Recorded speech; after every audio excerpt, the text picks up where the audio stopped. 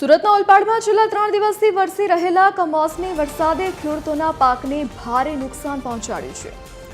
ખેડૂતોની દયનીય સ્થિતિને ધ્યાનમાં રાખીને ઓલપાડના ધારાસભ્ય અને પૂર્વ મંત્રી મુકેશભાઈ પટેલે મુખ્યમંત્રી ભૂપેન્દ્ર પટેલ અને કૃષિ મંત્રી જીતુભાઈ વાઘાણીને લેખિત રજૂઆત કરી છે।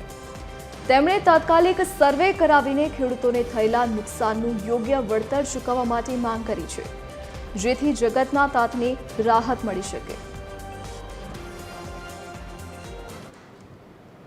ગુજરાતના મુખ્યમંત્રી શ્રી ભૂપેન્દ્રભાઈ પટેલ સાહેબને,